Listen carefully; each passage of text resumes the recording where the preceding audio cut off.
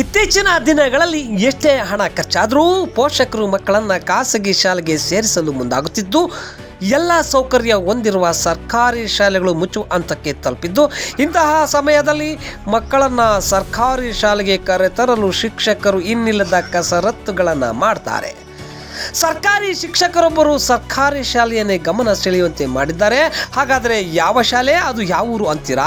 ಪ್ರಿಯ ವೀಕ್ಷಕರೇ, ಚಿತ್ರದುರ್ಗ ಜಿಲ್ಲೆಯ ಚಳ್ಳಕೆರೆ ತಾಲೂಕಿನ ಚಿಗುತನಹಳ್ಳಿಯ ಸರ್ಕಾರಿ ಕಿರಿಯ ಪ್ರಾಥಮಿಕ ಶಾಲೆಯ ಮುಖ್ಯ ಶಿಕ್ಷಕ ರಂಗನಾಥ್ ಇವರ ಕಾಳಜಿಯಿಂದಾಗಿ ಮಲೆನಾಡಿನ ಸೊಬಗಿನಂತೆ ಹಚ್ಚ ಹಸುರಿನ ಗಿಡ ಮರಗಳ ನಡುವೆ ಸುಂದರವಾದ ಕನ್ನಡ ಭವನವಾಗಿ ರೂಪುಗೊಂಡಿದ್ದು, ಈ ಕನ್ನಡ ಭವನ ಗಮನ ಸೆಳೆಯುತ್ತಿದೆ.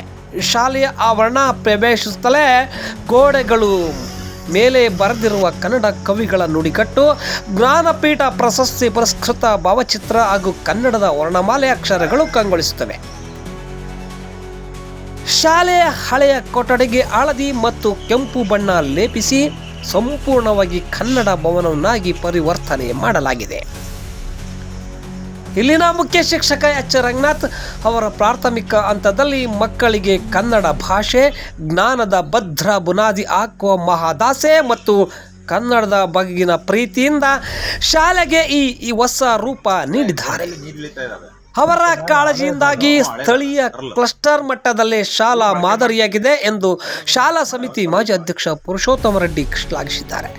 ಕಳೆದ 15-20 ವರ್ಷದಿಂದ ಬೆಳೆಸಿರುವ ಹುಣಸೆ, ತೇಗ, ಗೋಲ್ಮಹಾರು, ಬೇವು, ನುಗ್ಗೆ ಸೇರಿದಂತೆ 60ಕ್ಕೂ ಹೆಚ್ಚು ಮರಗಳು ಶಾಲಾ ಆವರಣಕ್ಕೆ ನೆರಳಾಗಿವೆ. ಶಾಲೆಯಲ್ಲಿ ಸುಸಜ್ಜಿತ 2 ಕಲಿಕಾ ಕೊಠಡಿಗಳು, ವಿಶೇಷ ಅಲಂಕೃತ ನಲಿಕಲಿ ಕೊಠಡಿ, ಹೈಟೆಕ್ ಅಡಿಗೆ ಕೋಣೆ, ಶೌಚ ಗೃಹ, ಮಳೆ ಕೊಯ್ಲು ಮತ್ತು ಶಾಲೆ ಕೈತೋಟವನ್ನು ವ್ಯವಸ್ಥೆ ಮಾಡಲಾಗಿದೆ. ಗಿಡ ಮರಗಳ ನಡುವೆ ದಾನಿಗಳ ನೆರವಿನಿಂದ ಮಹಾತ್ಮ ಗಾಂಧೀಜಿ ಪ್ರತಿಮೆ ಮತ್ತು ಗಣಪತಿ ಮಂಟಪವನ್ನು ಸಹ ನಿರ್ಮಾಣ ಮಾಡಲಾಗಿದೆ. ಇದೇ ಶಾಲೆಯ ಗೋಡೆಯಲ್ಲಿ ನಾಯಕ ನಟ ಪುನೀತ್ ರಾಜ್ಕುಮಾರ್ ಭಾವಚಿತ್ರ ಬರೆಸಿದ್ರು.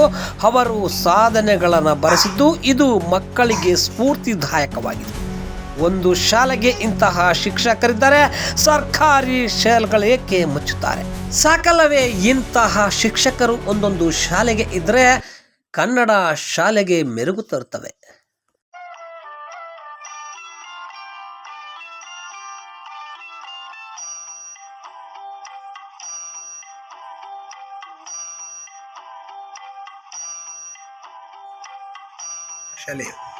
ಈ ಶಾಲೆ ಒಂದು ಕೊಠಡಿಯನ್ನೇ ಒಂದು ಕನ್ನಡ ಭವನವಾಗಿ ನೀವು ನಿರ್ಮಾಣ ಮಾಡಿದ್ರಿ.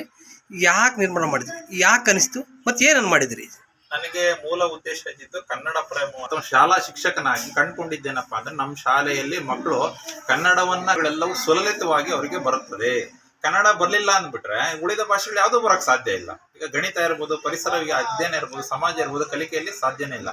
ಹಾಗಾಗಿ ನಾನು ಮೊದಲನೇದ ಕಂಡುಕೊಂಡಿದ್ದು ಕನ್ನಡವನ್ನ ಮಕ್ಕಳಿಗೆ ಅಚ್ಚುಕಟ್ಟಾಗಿ ಕಲಿಸ್ಬಿಟ್ರೆ ಅವ್ರಿಗೆ ಕನ್ನಡವನ್ನ ಉಳಿಸ್ತಾರೆ, ಕನ್ನಡವನ್ನ ಬೆಳೆಸ್ತಾರೆ. ಹಾಗಾಗಿ ನಾವು ಕರ್ನಾಟಕದಲ್ಲಿ ವಾಸ ಮಾಡಿದ್ದು ಸಾರ್ಥಕ ಅನಿಸ್ಬಿಡುತ್ತೆ.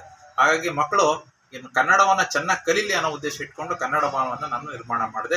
ಇದೆಲ್ಲ ಸಾಕಾರ ಮಾಡಿದ್ದು ಕನ್ನಡ ಪ್ರೇಮಿಗಳಿಂದ. ಅವರೆಲ್ಲರ ನೆರವನ್ನ ಪಡ್ಕೊಂಡು ನಮ್ಮ ಶಾಲೆಯಲ್ಲಿ ಕನ್ನಡವನ್ನ ಮಕ್ಕಳು ಚೆನ್ನಾಗಿ ಕಲೀಲಿ ಅನ್ನೋ ಉದ್ದೇಶ ಇಟ್ಕೊಂಡು ಕನ್ನಡ ಭವನವನ್ನ ಮಾಡಿದ್ವಿ. ಅಲ್ಲಿ ಸುಮಾರು 65 ಜನ ಕನ್ನಡ ಕವಿಗಳ ಮಾಹಿತಿ, ಸಂಪೂರ್ಣ ಮಾಹಿತಿ ಓದಿಸ್ಕೊಟ್ಟಿದ್ದೀನಿ. ಕನ್ನಡ ವ್ಯಾಕರಣಾಂಶಗಳಿದಾವೆ. ಕನ್ನಡದ ಕಲಿಕೆಯಲ್ಲಿ ಹಿಂದುಳಿದಿರ್ತಕ್ಕಂಥ ಮಕ್ಕಳಿಗೆ ವಿಶೇಷವಾಗಿರ್ತಕ್ಕಂಥ ಲ್ಯಾಮಿನೇಟೆಡ್ ಶೀಟ್ಸ್ ನ ಪ್ರಯೋಗ ಮಾಡಿ ಆ ಮಕ್ಕಳಲ್ಲಿ ಕನಿಷ್ಠ ಕಲಿಕೆಯಲ್ಲಿ ಕನ್ನಡದಲ್ಲಿ ಸಾಧ್ಯವಾಗೋ ಮಟ್ಟಿನಲ್ಲಿ ಎಲ್ಲ ಚಟುವಟಿಕಾ ಪುಸ್ತಕಗಳನ್ನ ಇಟ್ಕೊಂಡಿದ್ದೀನಿ. ಆಮೇಲೆ ನಲಿಕಲಿ ಕನ್ನಡ ತರಗತಿಗಳು ಮತ್ತು 4-5 ಕನ್ನಡ ತರಗತಿಗಳನ್ನ ಕನ್ನಡ ಭವನದಲ್ಲೇ ಮಾಡ್ತೇವೆ.